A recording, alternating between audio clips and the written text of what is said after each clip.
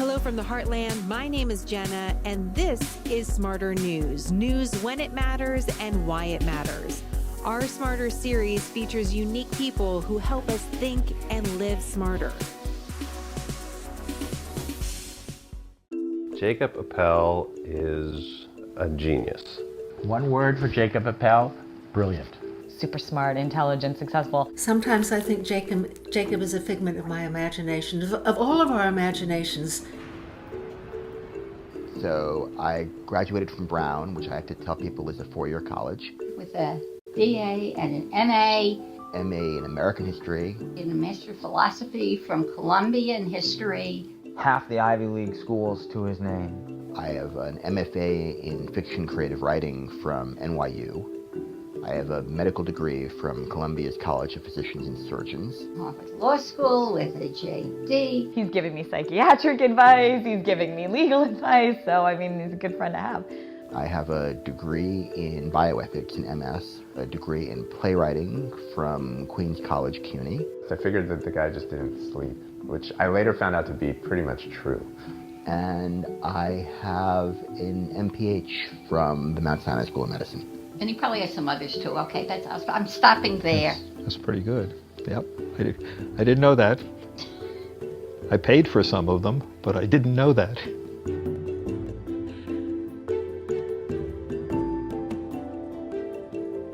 You're the American ideal, academically at least. Well, my grandmother would have been very proud of that. My grandfather would have pointed out there were still five Ivy League schools left. That is an amazing trailer that introduces a documentary about our next guest, Dr. Jacob Appel. The name of the documentary, by the way, is Jacob, if you'd like to watch it in full. But after I watched that trailer, I thought there's really no better way to try to introduce Dr. Appel. There's no way I'd get through all the different degrees and also provide some human insight. I really love the family dynamic, Dr. Appel. Was that your mother and father speaking about your degrees? Those are my parents. And I would say my mother would say that's a great introduction, but he's still my son who's not the rabbi. So she keeps you humble and make sure that's right. That is a mother's job. There's so many different ways to introduce you and your line of work. But I also want to mention a couple parts of your biography that we didn't get to, including the fact that you're a published author. How many books have you published? 21.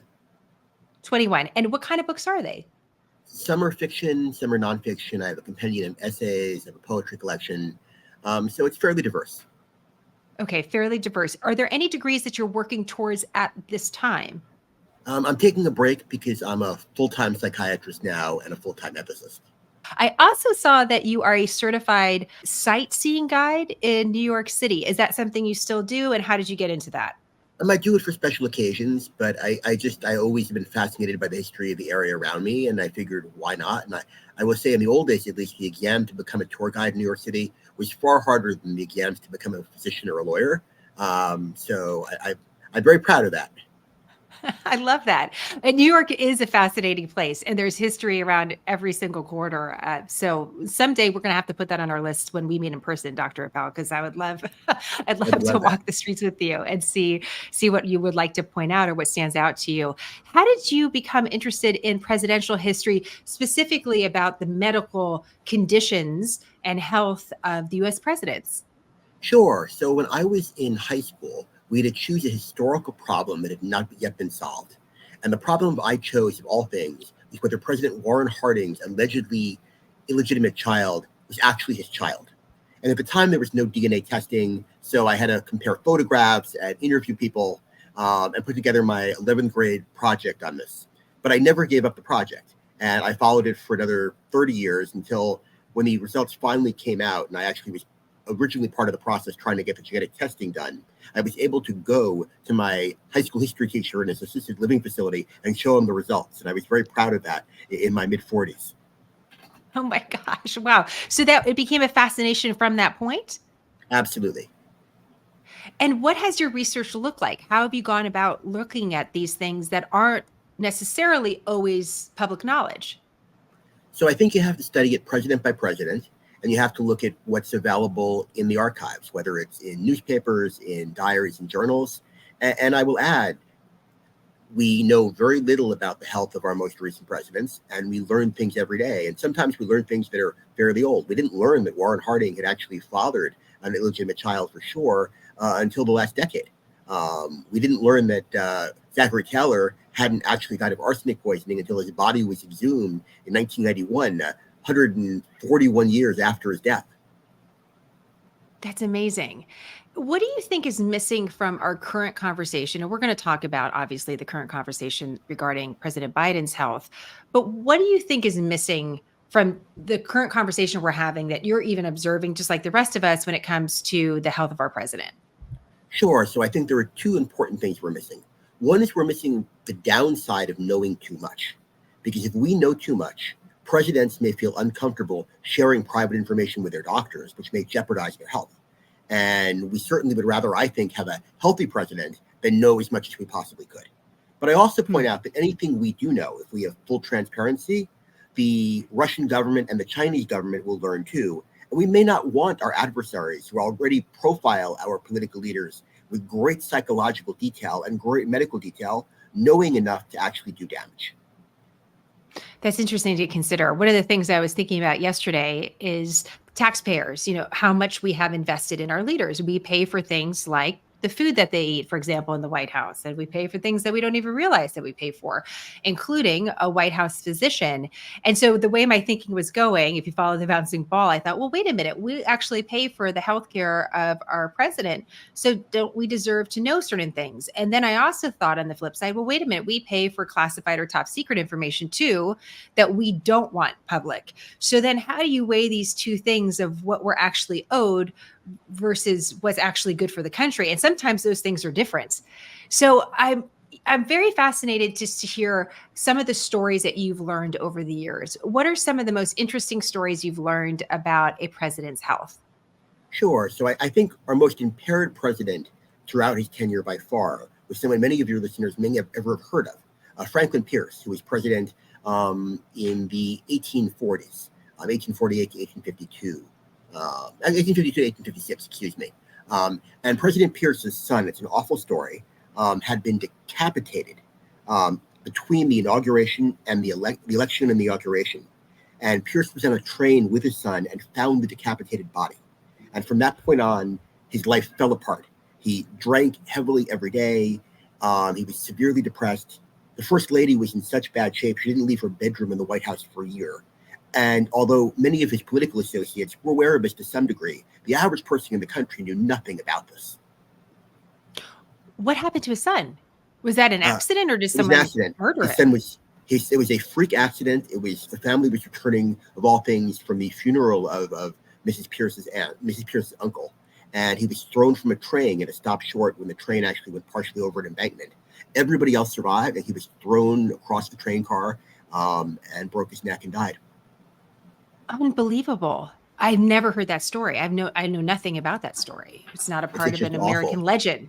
It's awful. I mean, It's absolutely awful, but that's a huge development. And obviously at that time, they didn't have social media the way that we do, where news travels so quickly, but still there was ways to get stories out, and they certainly did get out even when it was gossip. So how did that story not get out to the public?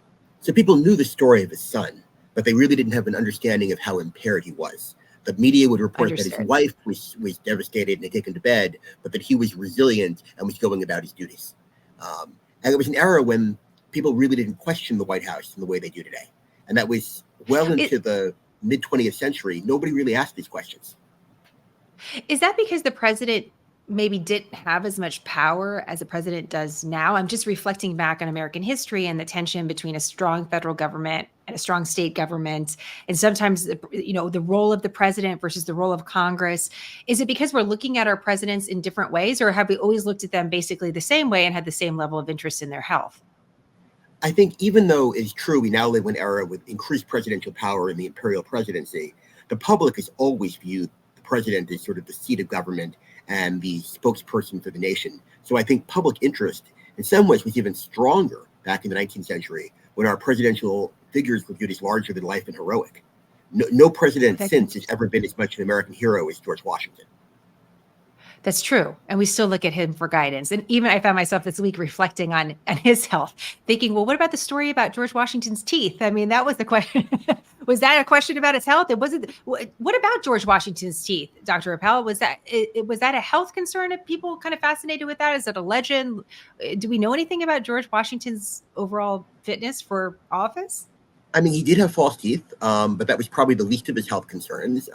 He had at least one severe infection where he was at death's door, and he had at least one growth removed while he was president. I might add, without anesthesia under surgery, which also nearly killed him. So he was very vulnerable, and he was, for his time, an older man, and that was par for the course in that period. I think of the founding fathers, the one that's most concerning is James Madison, who nearly died in 1813 with something called bilious remitting fever, which is probably yellow fever, though we can never be sure. Some people have argued it was malaria. But he overtly deceived Congress. He said that he couldn't meet with them, first because his watch was broken, and that's why he'd missed the meeting, back in the era when you wound your own watch, and then because his servant had given him the wrong information. And it was days before he finally told them the truth. And even then, he downplayed his illness for quite some time while he was bedridden and clearly not running the country and delirious for weeks. That's fascinating. And it's a reminder that for right now, there was no rules or regulations requiring that a president release to the people any information about his personal or private health. I mean, we don't require that. I suppose it could become a law someday, maybe. I mean, I don't even know what it would take. What would it take, Dr. Appel, to make it official for that to take place? I mean, I assume it would have to take a change to federal law, including making HIPAA, which is the law that guarantees you the right to not have your personal health care information shared, not apply to the president. But I will add, not only have presidents kept their health information secret from the public, some presidents even kept their health information secret from their own doctors. Lyndon Johnson was so concerned that his doctors might somehow reveal information about his need for surgery for skin cancer that he actually had an outside team of doctors do the operation, and his own doctors didn't learn about it until after his death. That's really interesting. And it makes me wonder if the White House press corps is asking the right questions of President Biden, because all of them are focused on the White House team, but no one's really asking about any outside physicians or outside consultants. So maybe there's something there. By the way, I'm pulling on your law degree now too, because I asked you about federal law, what it would change. So it's good that you have that expertise.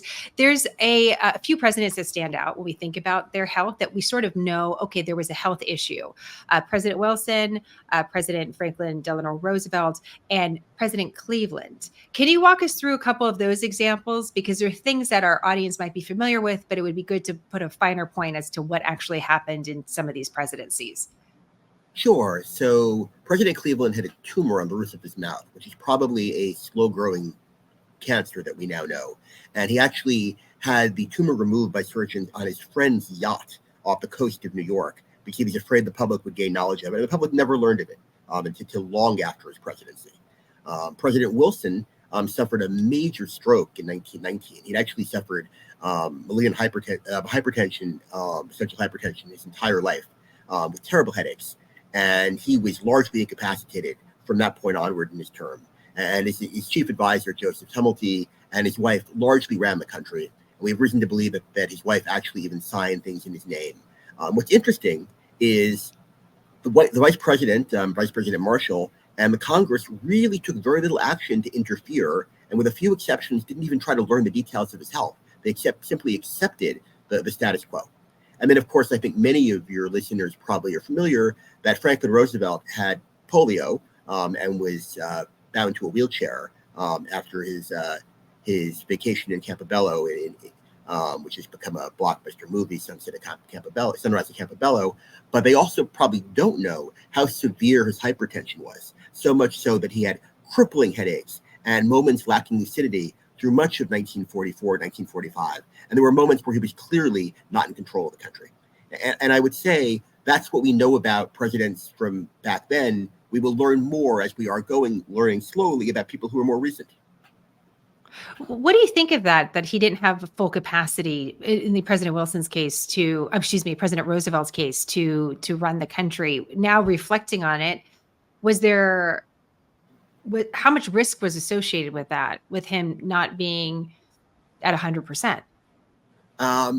It's hard to gauge that historically because we don't know exactly what his levels of impairment was or exactly how frequent it was. I will point out that under his tenure, we did win World War II in Europe, so he was doing something right.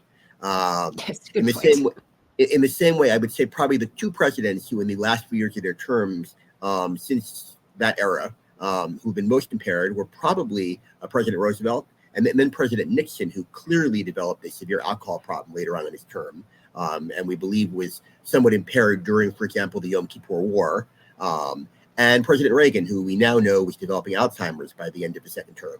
Again, historically, many people view those as among our greatest presidents. Certainly, if you take out Watergate, Nixon is viewed as a landmark figure for many. And I would say if you're a conservative, Reagan is for many people a hero. And if you're a liberal, for many people, Roosevelt is a hero. And yet many presidents who are in phenomenally good health.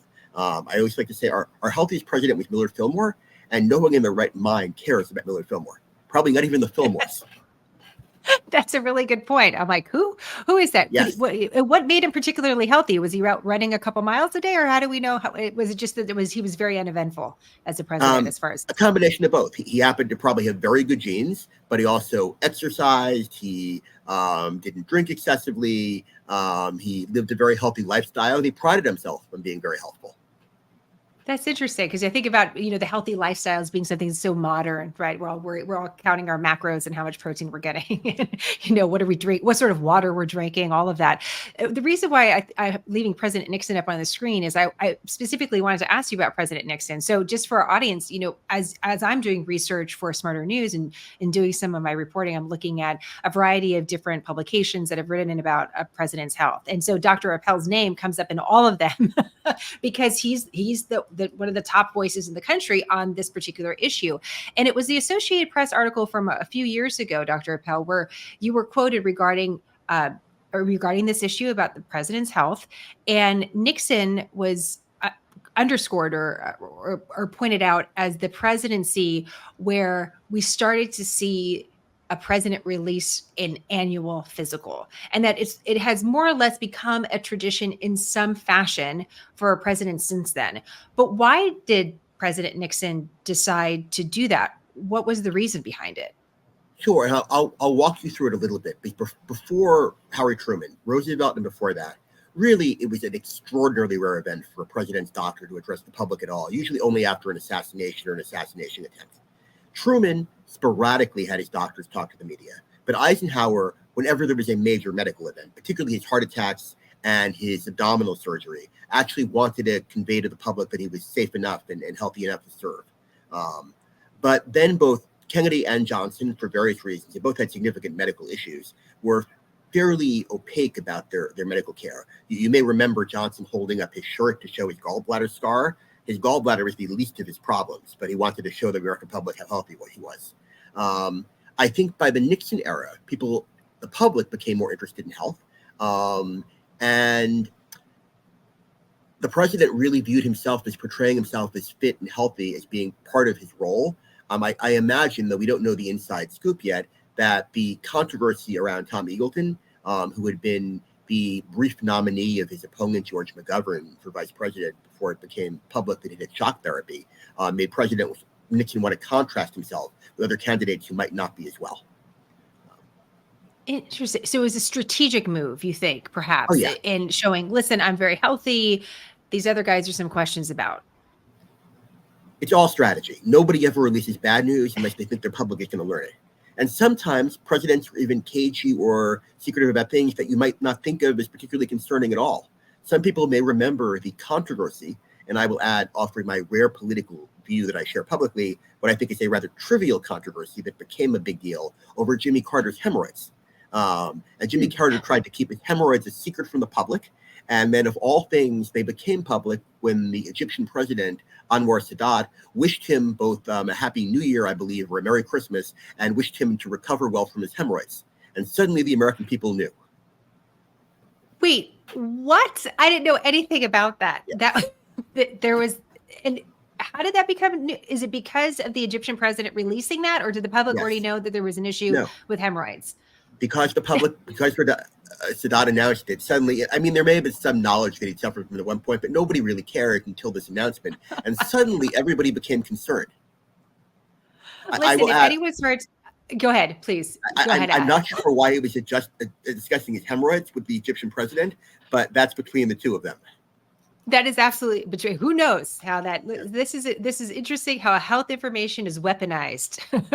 And to your point, you never know how it's going to be used. I'll tell you this, I still don't want to hear about president's hemorrhoids. I really don't. I as you point out, I don't offer my political point of view either, nonpartisan news source. However, that would be something that I probably would look the other way as far as news value. But who knows? Maybe I'm wrong about that. Another historical context question for you. When did the White House get, and when did the president get a White House physician? When did that role start? Sure. So the president has obviously always had doctors, but someone who sort of formally played a large role, it's sometimes attributed to Leonard Wood, who actually became a celebrated World War I general, who was both the personal physician to Cleveland and McKinley, but really made himself a presence in the White House. The role itself was officially created in 1928 by the Congress, so it became a paying role. But that being said, a number of White House physicians over the years refused to accept payment at all, viewing it as sort of a public duty, particularly in the era when many of them were private practitioners. Now, almost all the White House physicians, not all, but almost all, come from the military. And the reason for that is obviously they're very well trained and very well skilled and may know the intricacies of the government and candidly are easier to get classified clearance for. But also because if you serve in the military, it's easy to spend 4 years or 8 years in the White House and then go back to your military role. If you're in private practice, you'd have to shut down your entire practice, treat one patient, and then go back to it. And many physicians won't do that. Is there anything, again, going back to what's required of the president, though, is there anything that requires the president only to be seen by the White House physician, or can he see basically whoever he wants, whenever he wants for a private health matter? Oh, he can see whoever he wants. The White House physician, keep in mind, doesn't just treat the president. Though not always, usually he runs the White House medical unit. That is responsibility for all the people who work in the White House, responsibility for the tourists who visit the White House. It's a large medical role with a whole sick bay and infirmary and complex. So the president may choose someone he personally wants to get care from, who he's close to, or he may have that person for a more formal role and then go outside to get individual personal advice.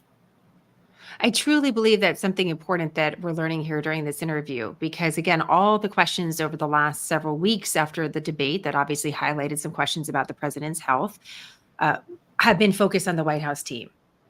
Who came to the White House? What's going on with them?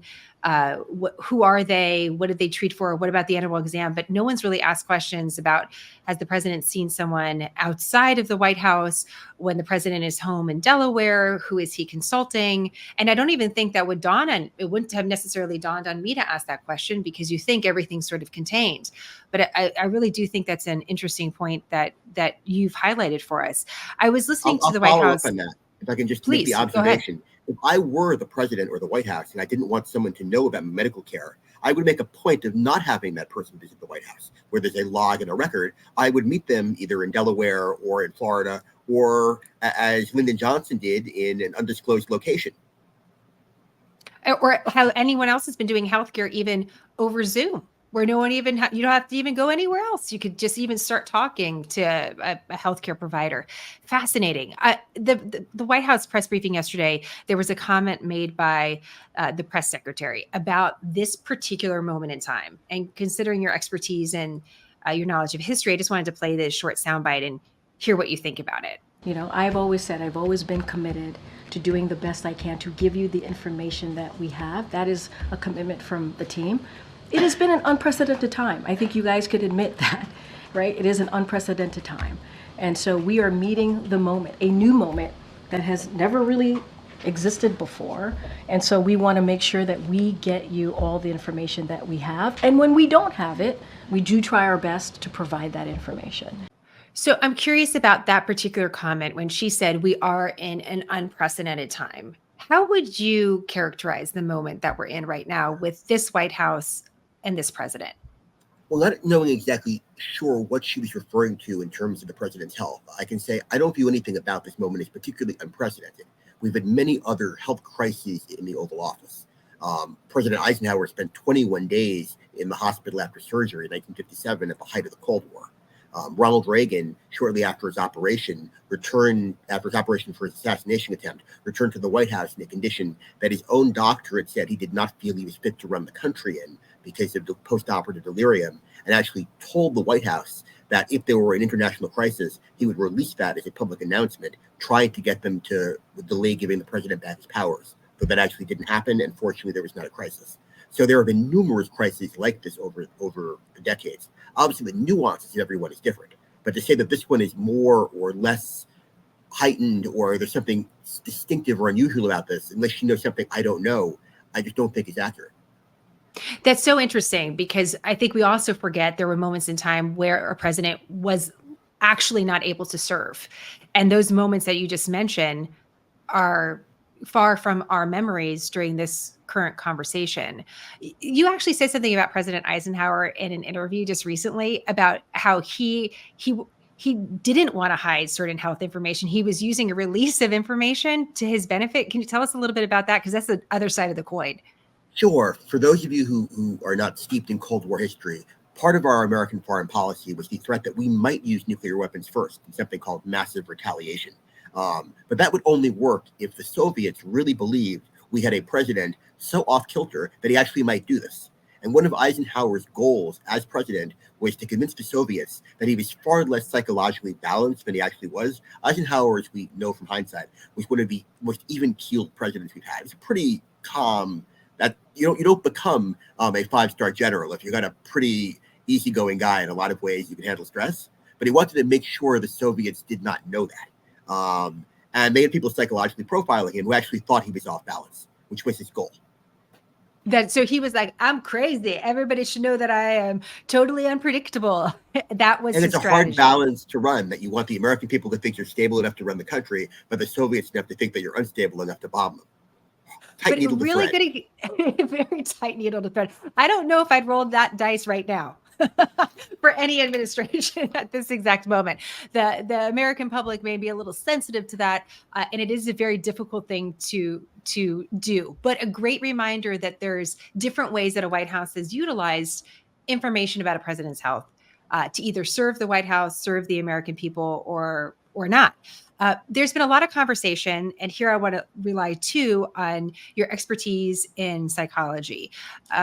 There's been a lot of conversations about cognitive tests, neurological exams. I have a feeling we're all not using those terms in the right way. So to remind our audience, I want to play a quick soundbite. First, it's going to be the president himself answering a question on this very topic. Then you're going to hear from a leading Republican, Senator Graham, who's talking about this, and then a leading Democrat, Adam Schiff, out of California, who serves in Congress. So let's just take a quick listen. I know your doctor said he consulted with a neurologist. I guess I'm asking a slightly different question.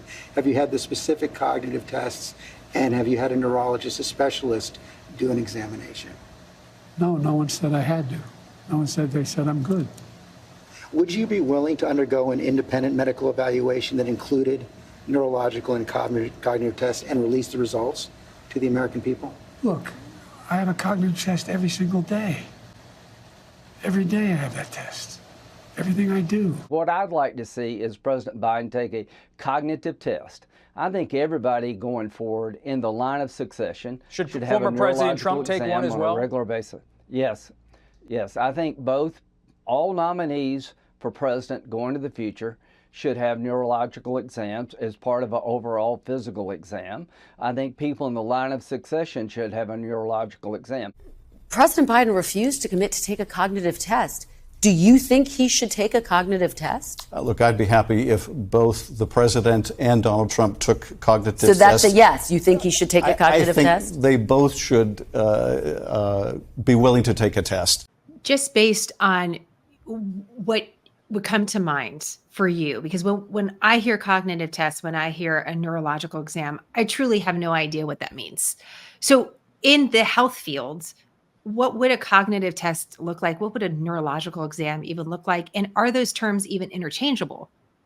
Sure. So you're right to point out that there are a wide number of different things that a test could mean.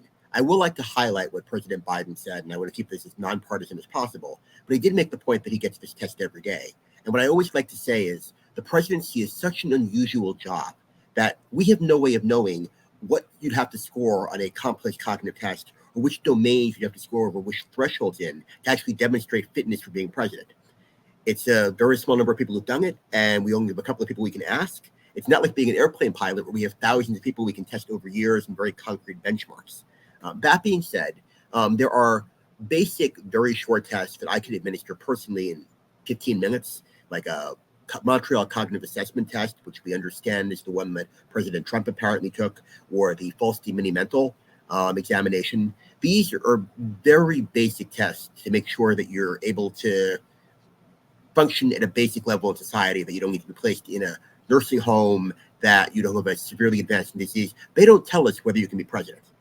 What would, and just for positive, what would be a part, like a question that, or something you'd be observing in that sort of test? Like what would it even look like?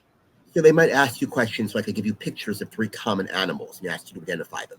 Or they might ask you to count backwards from 7, backwards by 7s from 100. Or they might give you different lines in a piece of paper and ask you to connect them. Or ask you to say as many words as you can in 1 minute begin with the letter R, which are obviously things that if you're severely cognitively impaired, you'd have a hard time doing. But I'd hope the president of the United States could do a lot more than that. Well, I'm thinking about counting backwards from 100 by 7.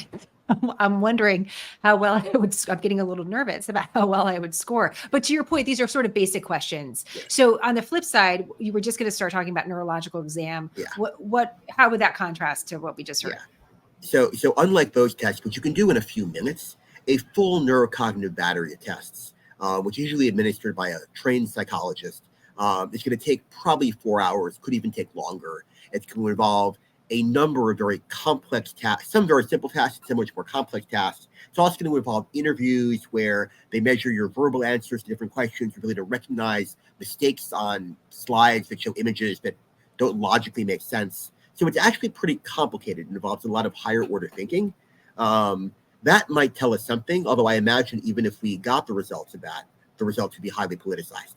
I will add the thought. I don't want to be political about this, but I always like to say people always like to have other people take cognitive tests. You will notice that Senator Graham did not suggest that all members of the legislature should take a cognitive test. I imagine if we did that, we might have some surprises. You know what? That's interesting. I mentioned that in a little video that I did for social media, which was, okay, so if you do it for the president, do you do it for every sitting member of Congress? Do you do it for the Supreme Court? Where do you stop? And who do you actually trust to administer this? And would you actually trust the results if released to the public? I've noticed in your writing too, you've made the point that more information is not necessarily better, that sometimes the public and even the press can get information that we don't totally know how to understand. How would you view this? Do you think a basic 15-minute cognitive test would be something that maybe we should consider, especially as lawmakers are aging? Or do you think that this is, I don't want to say a red herring, but do you think it's something that maybe doesn't demand the attention that it's been given over the last 7 to 10 days? I think all of these questions are getting far too much attention. I always say people should vote based on their values beliefs, their policy beliefs. It's almost impossible to predict the health or life expectancy of the president. 2 things to worth thinking about. One is, often if you had full information and you voted for the health of your candidate, and the only thing you cared about was the health of the president, you get the wrong outcome. So a classic example is in 1940, Wendell Willkie, who was in great shape, a young man, ran for president against Franklin Roosevelt, who is severely impaired by that time, much older. And Willkie, before those 4 years were up, before the end of that term, was dead of a massive heart attack, and Roosevelt was reelected to another term and led the country through World War II. If you took the 5 youngest presidents and added up their life expectancy after leaving office, and the 5 oldest presidents, the 5 oldest presidents actually have a longer life expectancy after leaving office than the 5 youngest presidents. And if you want to include or exclude living people, by either measure, you get the same results. So it really does not tell us very much. People told us in 1976 that Ronald Reagan was too old to be president. He wouldn't make it to 1980 when he lost Gerald Ford, and he served until 1988. How does your brain work? That's actually the question that I want to answer. Do you have a photographic memory? For you to remember all these different things and get the dates and people straight, is that something that you've had since you were a child, to be able to remember these things? Is there certain things that you do so you can remember them well? How does it work from the inside of your own head? I would say it's an illusion, and it's sort of like a magician, because you ask me questions about subjects I know a lot about, that I talk about all the time.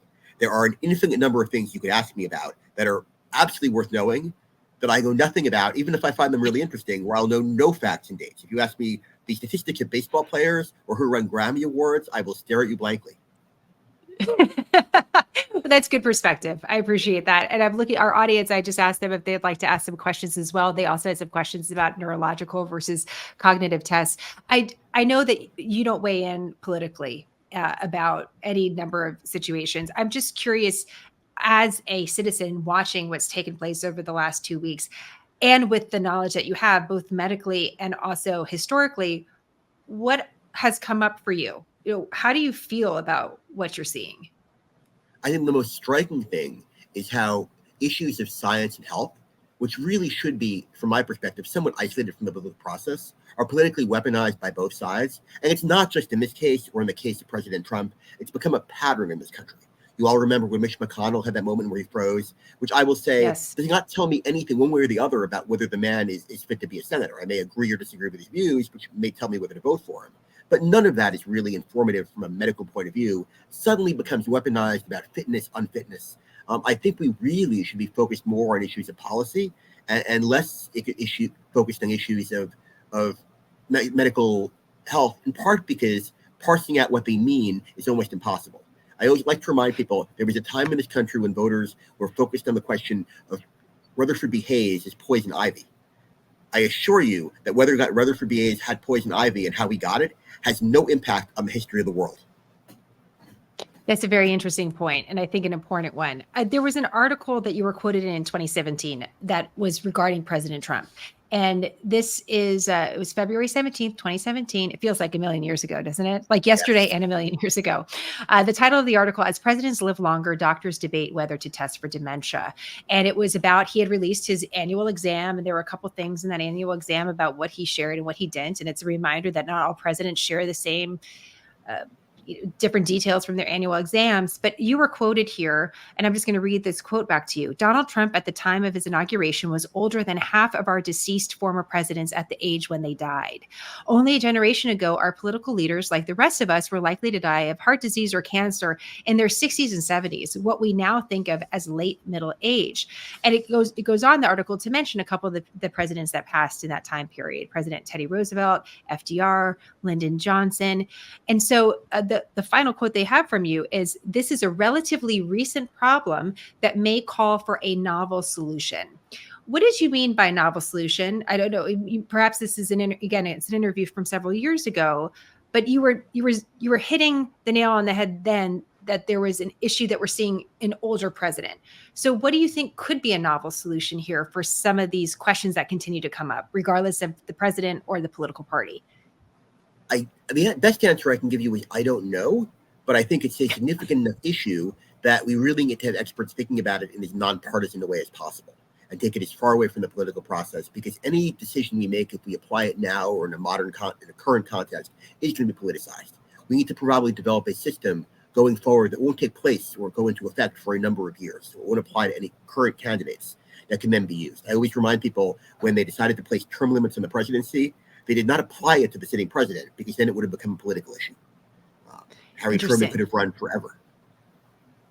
Aubrey has a great question. If the president or someone in leadership were to not pass or not score well on a mental or cognitive function test, what difference would it make? And that is a question that I believe you're hitting on too, Dr. Appel, which is, if there was a negative score, if, for example, we wake up tomorrow and President Biden says, I took a cognitive test or I took a neurological exam, and this is the score, would it tell us something, though, that's valuable?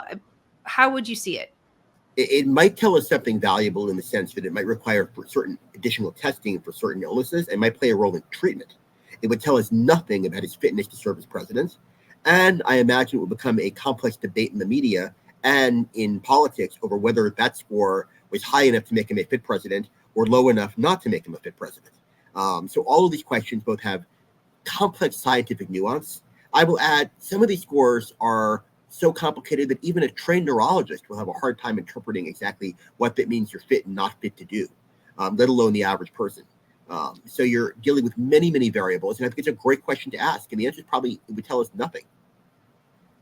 Linda's pushing back on that a little bit. Linda's asking, but if the president consistently stumbles over words or goes into a fog, isn't that a concern about his ability to think clearly and make decisions, irregardless of his policies or views?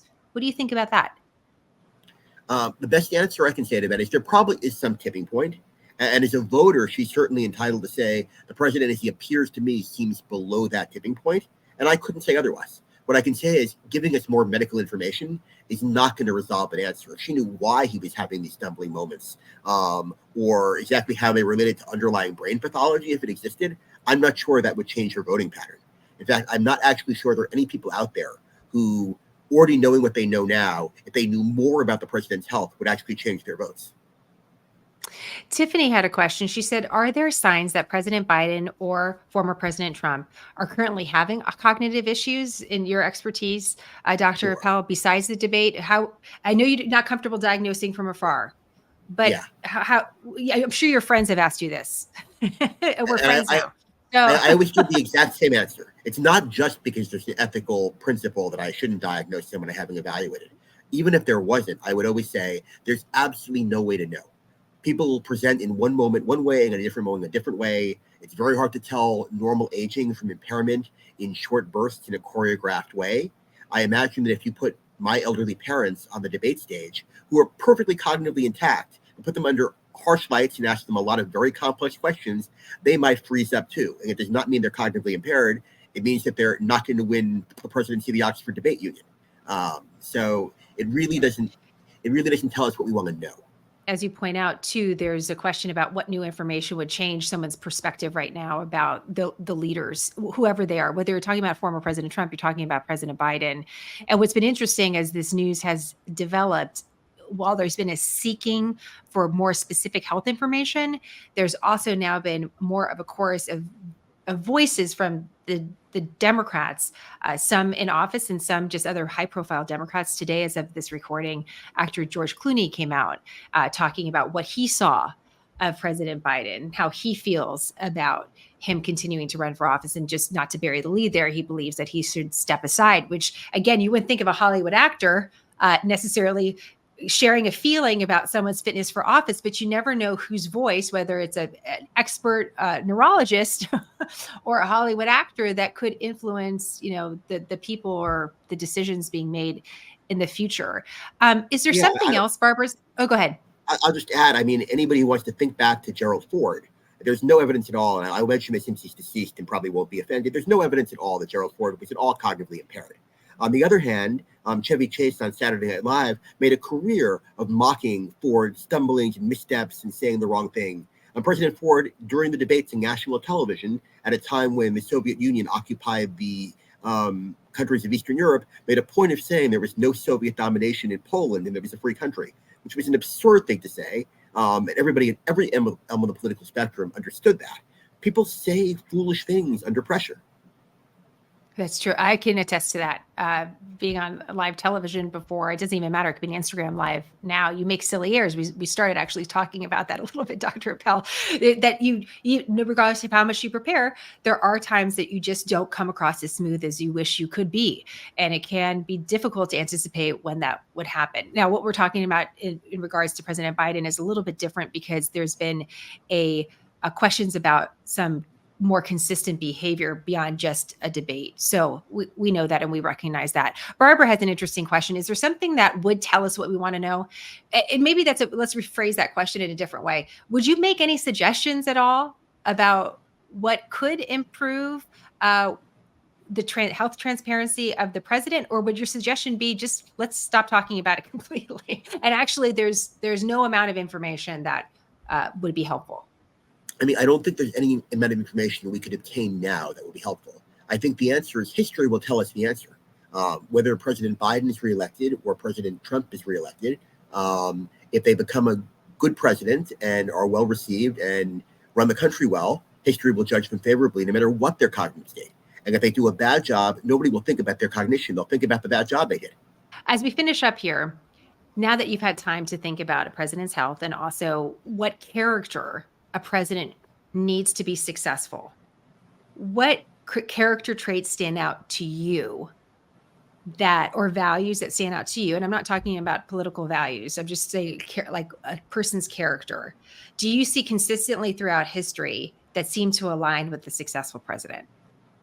Yeah, I mean, I think one of probably the most important trait for a successful president, which is also the most successful trait for a human being, from my perspective, is flexibility.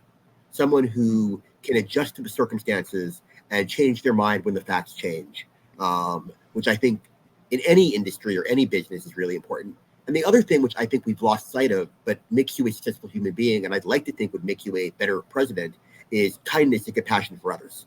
If you're not a kind person, people don't like you. And if people don't like you, it's harder to run anything, let alone a country. That trait about flexibility isn't what I was expecting. And as I'm just even thinking about it now, I'm going to have to reflect on that, because it's true. Whether it's parenting, whether it's running a business, whether or not it's reporting, if there's a trait that comes across, I'm sure for you and for your research, you have to be open to being surprised and changing what you think depending on new information. So yeah, most of our great presidents had underlying core values they believed in, but then in the details about how to get those things done, they were really willing to sacrifice their ego and sacrifice their sense of the specifics to be flexible and adjust to what others recommended and changing facts on the ground. I think one of the reasons that President Kennedy is thought of so well in issues like the Cuban Missile Crisis was this flexibility for dealing with situations in a nimble way as they occurred. And for better or worse, one of the reasons that President Johnson, for those who don't think highly of him, is thought of negatively, is it turned out he was much less flexible than people had hoped for. Very, very interesting perspective. Dr. Appel, I'm going to bring this full circle. Do you actually sleep? Do you sleep? How have you done all these different things in your life? Is sleep a priority for you, or do you just not sleep? And is that how you get all this done? We just had a couple more questions. Sure. Well, I always say, people forget I have the easiest job in the world because I'm a doctor. And when you're a doctor, you don't have to drum up business. Sick people come to you. I just open my door, I open the hospital, and I will never run out. And it makes the rest of my life much, much easier. I don't have to think about putting a roof over my head. I don't have to think about doing good in the world. So it gives me lots of free emotional and cognitive time to do other things. Well, that's very well put. And I'm sure all the people that you work with are very grateful for your help. And we're grateful too. Thank you for helping to shepherd us through a really interesting part of American history that so few have looked into. And to have your voice on this really is helpful to think more deeply about what we've been through as a country. You know, we're coming up to our 250-year anniversary. That's both a lot of time and not a lot of time. And just thinking about what we've experienced as a nation, what we've seen from our leaders, it reminds us that we do have more depth to sometimes the superficial, fast-paced headline information that we get on a regular basis. And I'm up for that information as much as everybody else. That's how I have a job. That I do not have to look for a sporadic, strange headline. They come across, but it's nice to take a moment to get a little deeper. So thank you so much for your time today. We really appreciate it. My absolute pleasure. Glad to be here. Thank you for believing in quick, concise, nonpartisan, smarter news. Every time you join us or share or save our content, you help us build a solution in news, and we are so grateful. We have a few other ways you can support our mission, from joining our insider community Scoop, to shopping our gear at our Smarter Shop, to just telling a friend. The best way to do any of this is to visit smarternews.com or follow us at Smarter News on social media.